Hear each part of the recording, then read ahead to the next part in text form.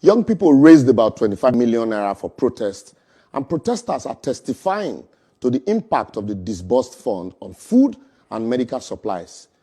Yet, the federal government allegedly disbursed 600 billion naira as COVID-19 palliative, and no single Nigeria benefited.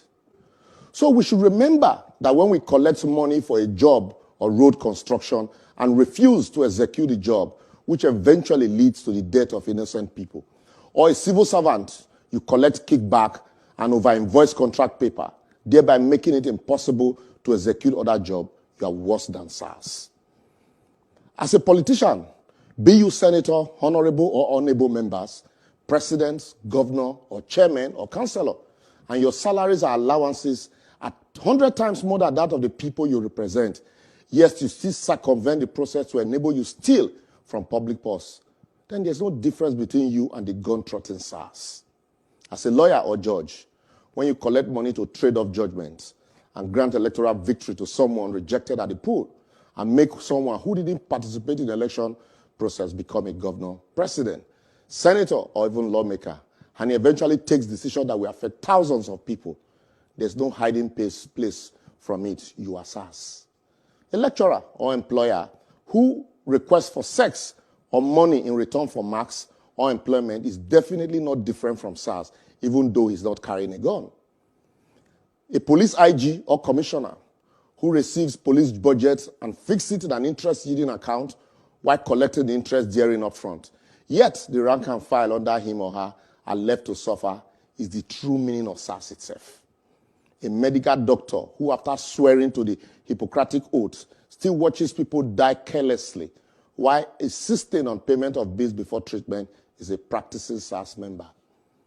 As a regulator or custom officer, immigration, government department, ministries, agencies, ICPC, EFCC, civil defense, etc., and you use your job to oppress, harass, and intimidate people, if someone calls you as SARS, answer him, because that's your name, that's what you are. People work tirelessly for 35 years in government, and they have to die by stomach before you pay them pension. While SARS kills 10 with their pen or inaction, you kill hundreds with your actions. As a supporter of politicians, you criticize everything government did while in opposition, only to support everything you once criticized once your candidate is in government, or vice versa. In fact, you are SARS personified.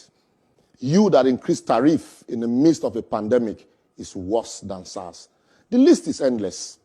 I would therefore advocate that as we protest for a better policing and society, we must also remember that our workers, politicians, lecturers, civil servants, judges, lawyers, doctors, police are drawn from amongst us. And it is those little injustices that we failed or neglect to address years ago that became the convention that we are addressing now. Let us start anew and with a new orientation and a new social order. That social reorientation can begin when we reduce the salaries and allowances of our public office holders and cut wastages. We would have enough fund to plow into other sectors of the economy.